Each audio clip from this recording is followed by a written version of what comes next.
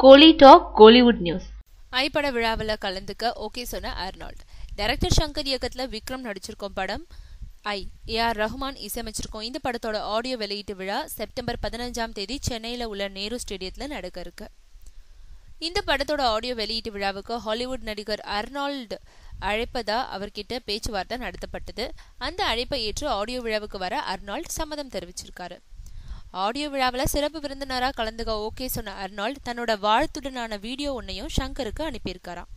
அதில் hello India ஐ படத்தை தயாரித்த டைரக்டர் ஷங்கருக்கு என்னோட வாழ்த்துக்களை தெரிவிச்சுக்கிற பிரம்மாண்ட விஷுவல் எஃபெக்ட்ஸோட வித்தியாசமான முறையில் ஐ படம் தயாரிக்கப்பட்டிருக்கு. ஐ படத்தோட இந்த பிரம்மாண்ட ஆடியோ விழாவில் நானும் கலந்துக்க இந்தியா வர இருக்கேன்.